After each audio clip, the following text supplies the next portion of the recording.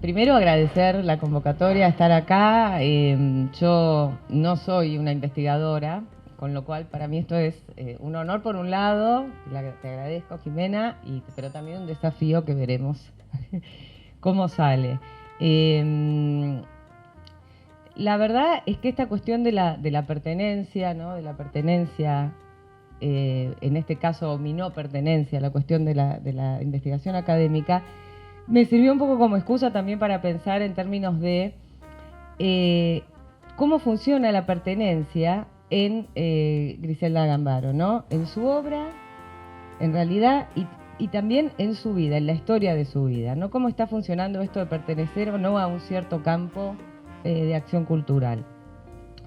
Y lo que decidí hacer fue poner en diálogo centralmente dos textos, ¿no? Uno es parte de este, que es el Teatro Vulnerable, que está aquí, que esta colección son ensayos, notas periodísticas y ponencias que hizo entre 1972 y 2014. Y por otro lado, esta obra, que es de las últimas, El Don, 2015. Para ver cómo esto... cómo funciona esto que les decía de la pertenencia y también ver cómo está incidiendo la cuestión de que hay algo muy atractivo, que a mí me resulta muy atractivo en Gambaro, que es que ha sido considerada, vista y leída como canónica y excéntrica, visionaria y arcaica, renovadora y conservadora. Es cierto que estamos hablando de una mujer que ya no tiene 86, 90 años y esto es de 2015, es decir, que ha sido vista de todas estas formas a lo largo de muchos años. Entiendo que esto no tiene que ver con las temáticas que abordan sus obras, esta polaridad, porque son clásicas, ¿no? Y universales, la opresión, la dicha, las relaciones interpersonales.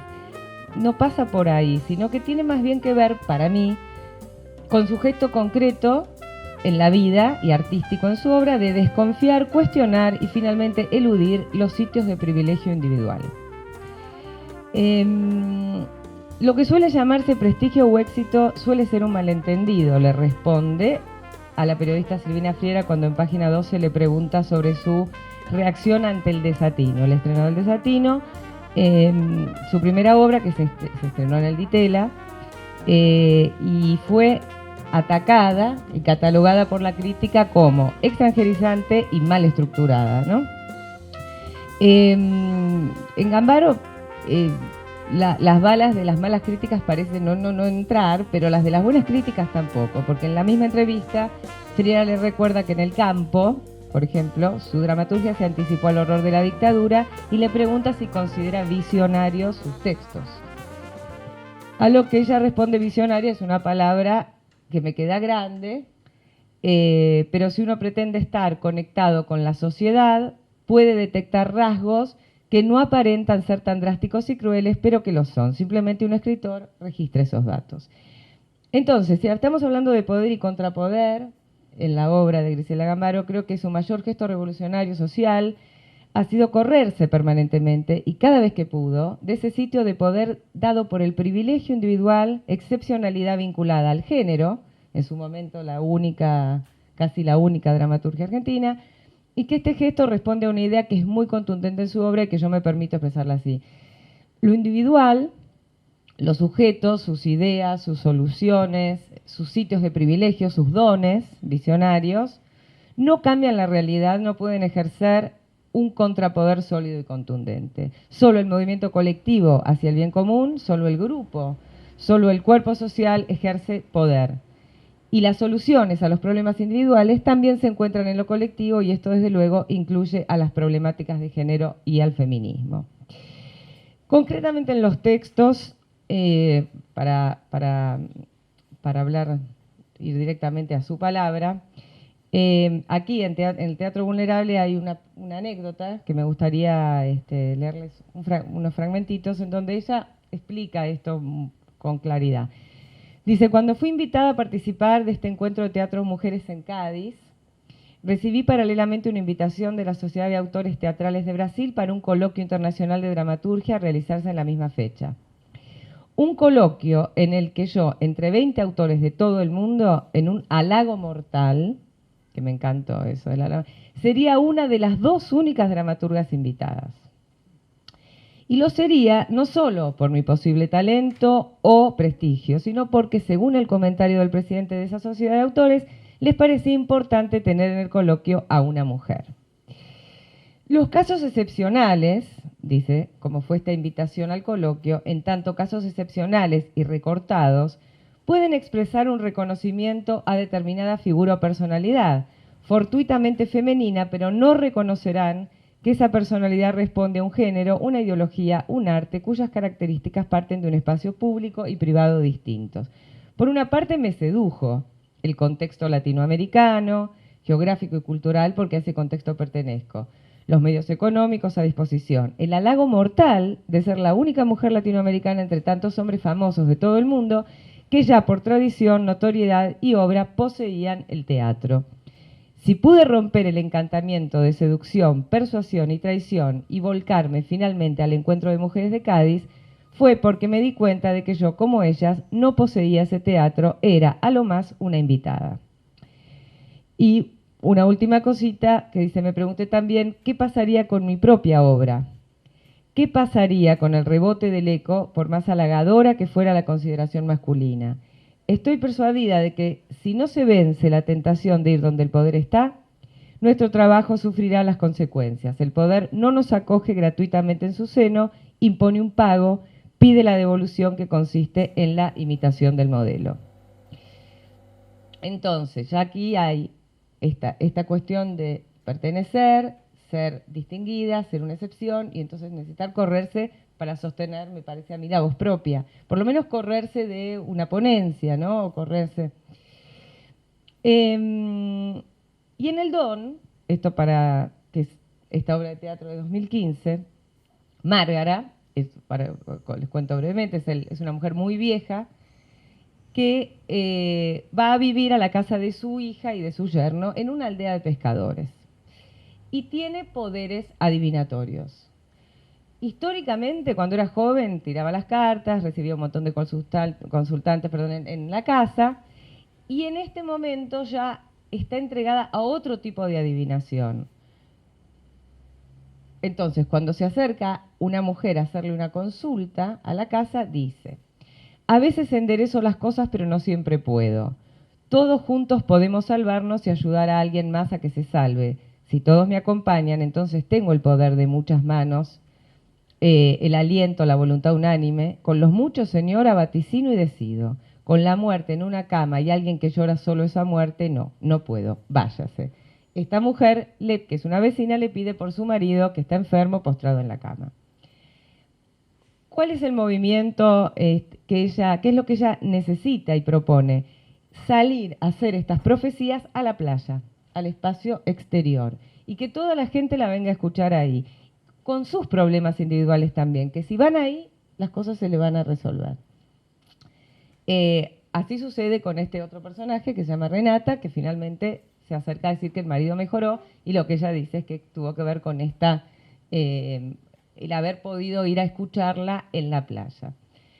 Bien, entonces, nuevamente, aquí reflejado en la ficción, yo veo que vuelve a ocurrir esto, de que el espacio público, lo público, en lo colectivo, es donde se puede torcer algún destino, generar alguna modificación, porque los pedidos son desde la salud, pero también mejoras laborales, es decir, de estas individualidades, ¿no? Bueno, y en el final, por si lo leen, no lo voy a decir precisamente cómo es, pero bueno, también en el final se ve que es ese lugar público donde se puede incluso generar solidaridad, ¿no? No tiene que ver con individualidades y con gente solidaria puertas adentro, sino que tiene que ver con una cuestión de más de cuerpo social.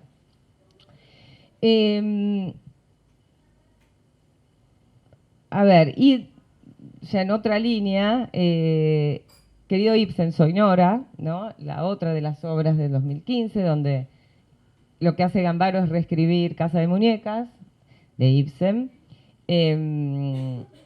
Hace entrar a Nora a escena para cuestionar las acciones que tuvo que hacer en la ficción para tratar de entenderlas y comprenderlas y no ser un sujeto automático de Ibsen, ¿no? Que el personaje no sea una especie de automatismo. Pareciera cuando uno lo lee que ella, no lo sé, cree que hay algunas cosas que están un poco aceleradas en el proceso de Nora, que es la reina, como sabemos, del portazo del teatro. Claro, tenemos que hablar, no la escuchan, entonces va con el portazo. Y también quiere correr sus propios límites, comprenderse. Entonces, lo que en realidad intenté en esto, a partir de unir estas cosas, tiene que ver con esta necesidad permanente del corrimiento en Gambaro. Es decir, hay que correr la escena hay que correrla, no hay que instalarse, no hay que quedarse en un único lugar, con lo cual bastante difícil que la crítica la leyera de una única manera, ¿no? Estrena una obra como el Desatino en el Ditela y entonces es leída como un ser poco profundo, superficial, y después tiene que exiliarse con toda esa misma gente que estrenaba en otros teatros.